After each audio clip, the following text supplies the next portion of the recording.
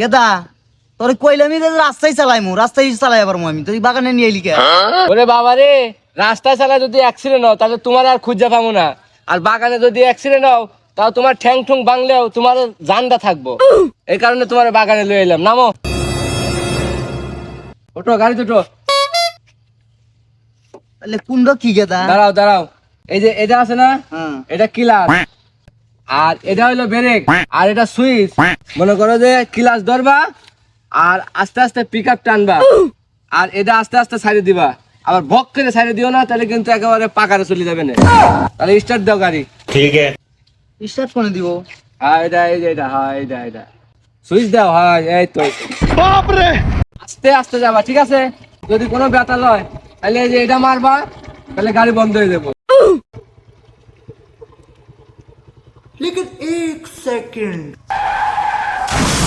গেদা high high রে, high high, কি আকামটা করছে রে। আচ্ছা পাওটাও ঠিক আছে তো? ধরো ধরো ধরো ধরো। দেখ, তোমার কিছু হয় নাই তো? আরো গাড়ি চালানো শিখবা।